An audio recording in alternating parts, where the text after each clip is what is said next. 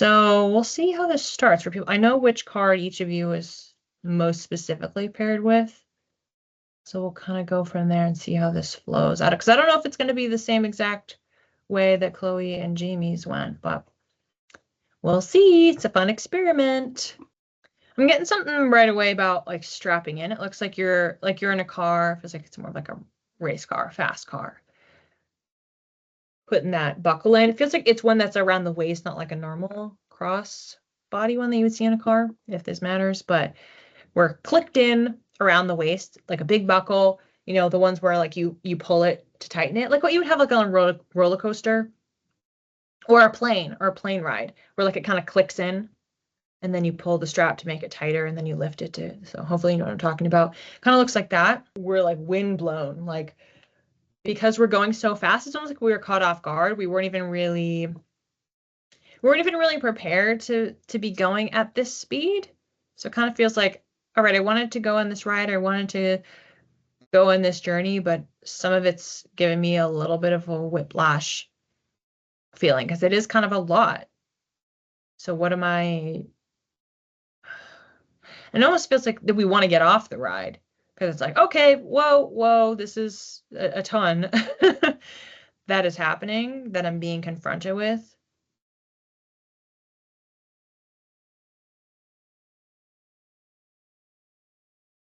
Okay, Emma, yours was career. I just want to see if you had any other context in there.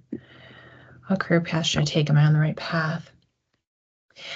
Yeah, so that's just like general energy that was coming in right away, but I was getting nudged to go over to focus a little bit more on you, Emma, first. So it's like we have a lot that's coming at us. We have, it's not even necessarily about momentum, but it's like, it just feels like there's kind of an intensity crackling in the air. And we're wondering, what should I be doing? Do I want to stay on this ride? So this does feel, rereading your question now, like this makes a lot of sense with what your question was. Like, am I on the right path? So it's like, do I want to be on this ride? Like, should I be on a different one? I'm on a roller coaster. Should I be on the swings instead? Like, it kind of feels like a question of a shift. So what I keep seeing is like we're stuck, if you will, on once you get on the ride, like at an amusement park, it has to go for a certain amount of time. For in the race car, it has to go around the track before it can stop, or like the race has to keep going before it can stop. Like there isn't like an eject button. So it feels like we're in that path and we're kind of second guessing. Yeah, this feels kind of like first reading too, having to make a decision. So maybe did you relate a lot to the first reading? Like how do we, if we can't get off the ride, if we have to stay on it, then we can still use the time to think about what we want to do once the ride ends. Once we have a pause, once we can kind of dip out and be like, all right, enough of this. This did not work for me. So it kind of feels like some of it's about giving yourself a little bit of time. Because what if you adjust? Like, let's say for the ride, like sometimes for roller coasters, you go around twice, you stop the second time. And it kind of feels like that. Like you're going around, and because where you are in the process, you're like, oh, I don't really know about this. But maybe you need to give yourself a little bit of time to adjust so you can have the clear mind to know, is it really that it's not a good fit, or is it just because it was a shock to your system that it feels different? Getting this feels like foreign, like something feels outside of your comfort zone or what you even believe your skill set to be in some ways. So I'm just getting it being partially an adjustment period, a little bit more time to determine for sure I don't want to do this, or I do want to do this. It's just that it's a little out of my comfort zone. To do something out of our comfort zone means that we have to be a little bit uncomfortable. So we have to determine, by we, I mean you have to feel in your body, like which one of those is it? Is it really just that it's a little bit outside of my comfort zone? but I could adjust and grow into that, and I can expand my comfort zone, and then it will fit it, and then I won't be feeling this way? Or is it that it is not energetically aligned, and so that's where the overwhelm is coming from, because it is a lot, and it's like, whoa, alert, alert, have to get out of this. So part of this is an exercise in going quiet to tune in to find that nuance, because we need to be able to hone our own intuition and gut to be able to figure that out. Like, is this stress from being just outside of my comfort zone, and it's a challenge, it's an opportunity for me to grow? Or is it that it's just deeply unaligned? I do want to do this. It's a lot of spiritual growth quickly. All right, I feel like I can flip over the card now. Full moon in Aquarius, be real. I've been pulling this card a lot for myself, actually. So full moon is all about culmination. So it's the achievement. So if this is the thing that we want to do, we also have to decide what to release. So if it's not working for us, full moons are an opportunity to be grateful. I'm so glad I had this opportunity. I'm glad I'm on this journey. It's a little bit out of my comfort zone. It's going a little bit fast. But you know what? At least I'm on the ride. At least I took action. At least I was able to learn what I like about this and what I don't. And being honest, being real with what that means for us.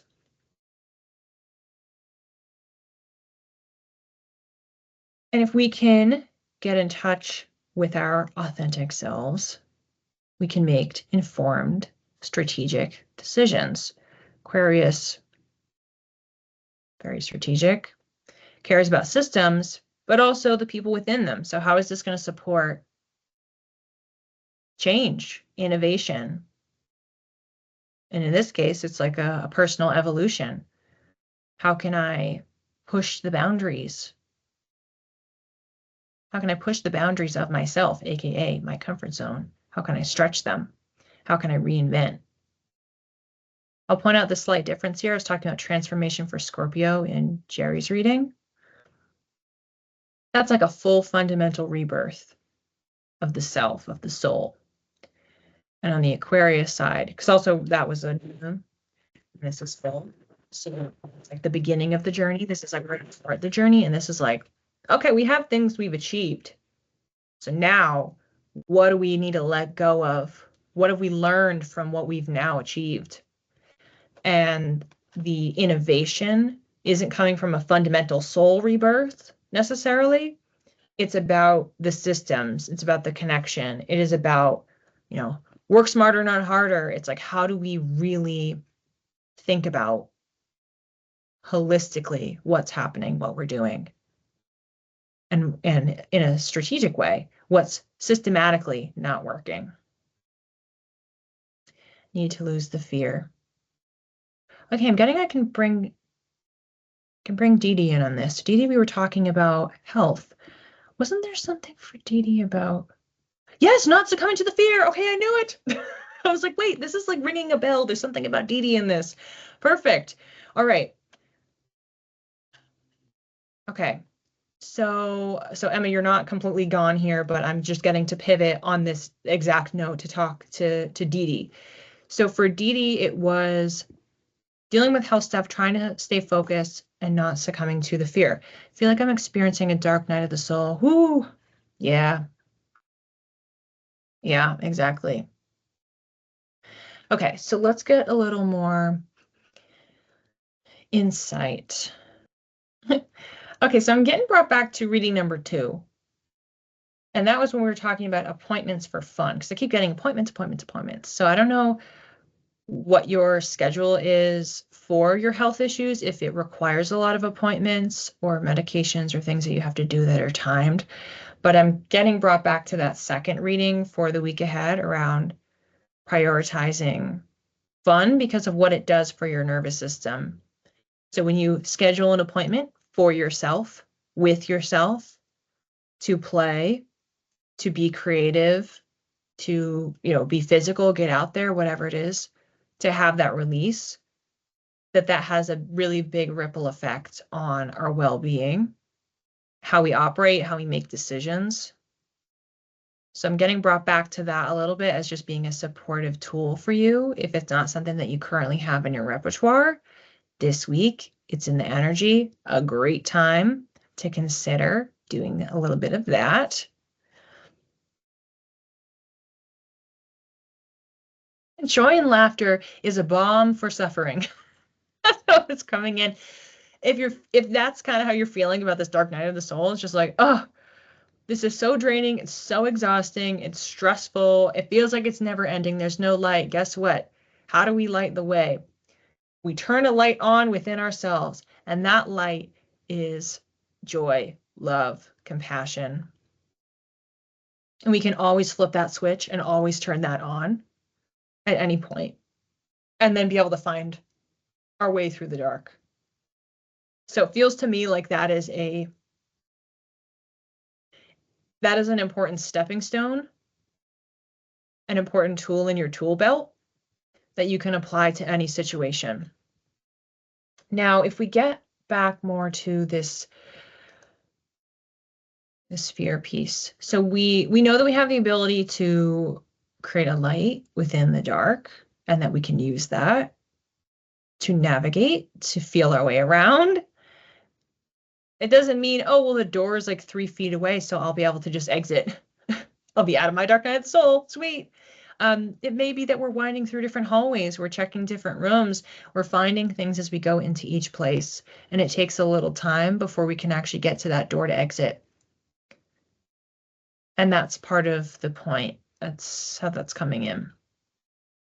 The point is, if we knew how many rooms there were to explore in the house, then we would treat the process differently. So if we don't know when it's going to end, it puts us in a different mindset. And yes, that mindset is a little bit more challenging because psychologically, would it be nice to know when said dark night of the soul is going to be over, when a health issue or something is going to be resolved, if ever, if it can be? Yes, but it would change something psychologically. And part of the lessons, there's many, part of the lessons that you're being taught, one of them is around this resilience, this patience with the process, because the gold is in that. It's woven in, it's like in the fine print. And so if you can look a little closer, then you'll see all these little gems or hints or clues or signs. It just feels like there's connection points that you could be missing because you're sitting in that. You're sitting in the darkness. So step number 1 is switching that light on. That light within yourself. It's just a glow. It's not a fully lit room, but it's giving us a little something, fuel to keep going, ability to see in front of us. And then it's the self-efficacy that we keep talking about in these readings. Okay, well, now that you have your footing, you can see a little bit in front of you, your eyes start adjusting. Well, your light can get brighter and brighter, and each time your eyes have to adjust. So this is a continual process of finding the light, adjusting, making the light brighter, adjusting, navigating through the different rooms. What am I finding in each of them? What am I uncovering? What am I learning about myself? What's a challenge? What are my fears? How can I face them? And it's doing this over and over and over and over again. And then you get to the point where you have enough, quote unquote, enough of that mastery, where it's like, then you turn around, you're like, oh, sweet, the door's right there. Put the key in, you have the key now. You found it in one of the other rooms. And then you'll be ready to exit. So it's a process of an up level. Emma, you mentioned something as well, spiritual growth. Yeah, it feels like that's a bit of the through line here. So whether we're talking about career, whether we're talking about health, whether we're talking about just really general life challenges, it feels like the commonality is like you're both in this incubation period. You have feelings of being inundated. It's bringing back to the original ride I was seeing both of you on. It's like you're getting strapped in, and you're going a little fast and there's a lot and it's intense and it's like, oh gosh, like what do I do? How do I get off this ride so I can figure out what I want to do, what's best for me? And if that's the feeling that we're sitting in, we have to connect with ourselves. We have to connect so that we know what's right. I feel like I can flip over your card too. Well, what we got is new moon in Gemini. Think it through. So new moon, opposite of the full moon, new moons are about beginnings. Gemini, fellow air sign to Aquarius, unsurprising that we got two air signs for a joint reading. And Gemini is focused on the communication, the connection, the learning. You're learning what's in each of the rooms. Your information gathering. You are researching yourself, your soul, going into deep understanding. On the health side, getting information, talking to people, asking the questions, really, really thinking, not ruminating, but thinking with clarity, with intention about what to do next, how to move forward, what to bring with you in your new beginning. So I think it's interesting that we have this pairing here because we have a culmination. What do I need to release? And then we have, what do I want to manifest? What am I starting? So two air signs looking to do something, looking to take action, something brand new, something uncharted, both very, very intellectual signs here. And one that is, okay, well, I have to release along the way. So I'm getting the note here that both of you can relate to both of these. It's not that only this one is for Emma, only this one is for DeeDee. They have a strong lean towards being a quote unquote assigned to these, but that if you related to the other persons, it's still folded in as well. It doesn't mean like Emma's not at a beginning.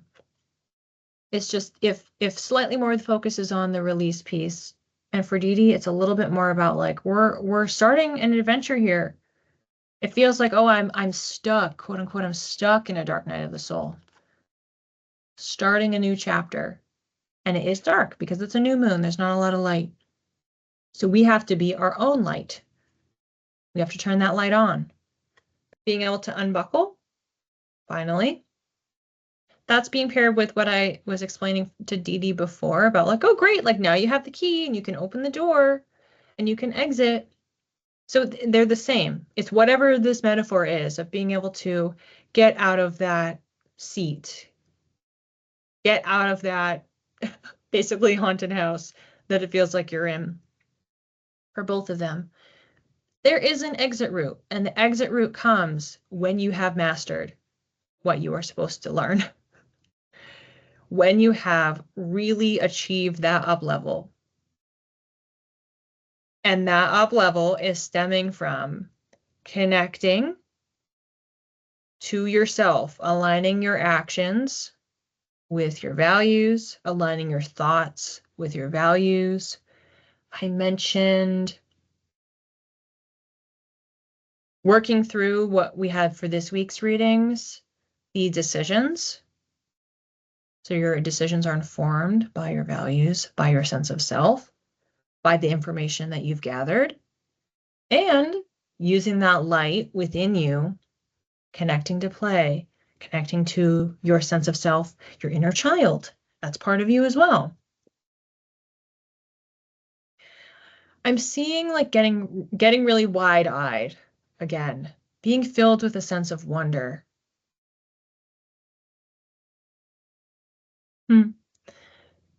Because the word wonder has multiple meanings. That's what is coming through.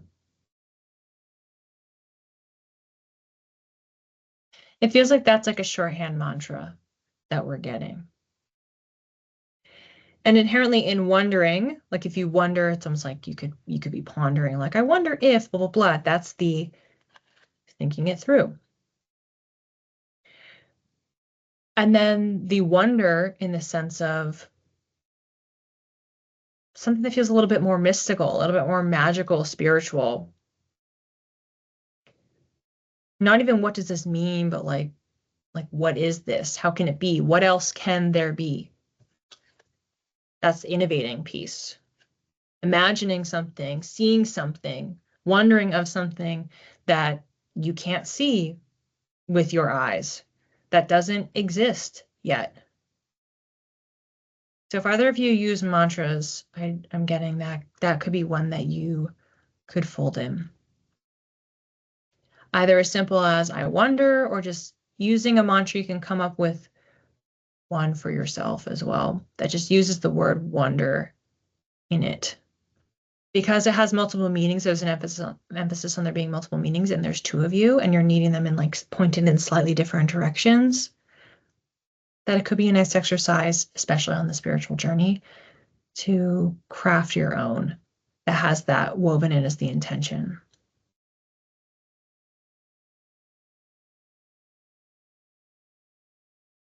I'm getting, as the final thought here, we were talking about originally the connected tissue being fear, but there isn't even fear here. That's what I'm being told is like, okay, well, look at these cards.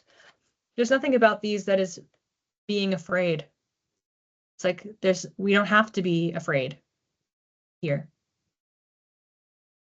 All we ever need to be in life is authentically ourselves and have our basic needs met.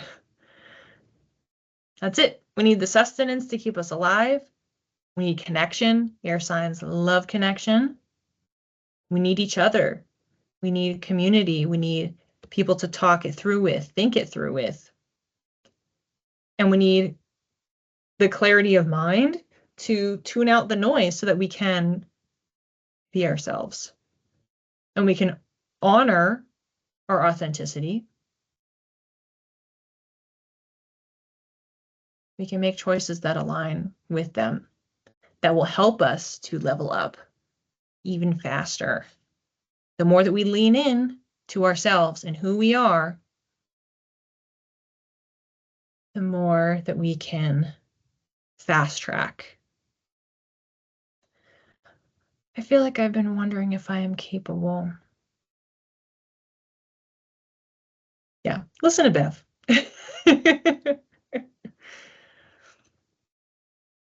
Yeah, and it feels like that's like a great exercise too. Like you could even do journaling prompts on that.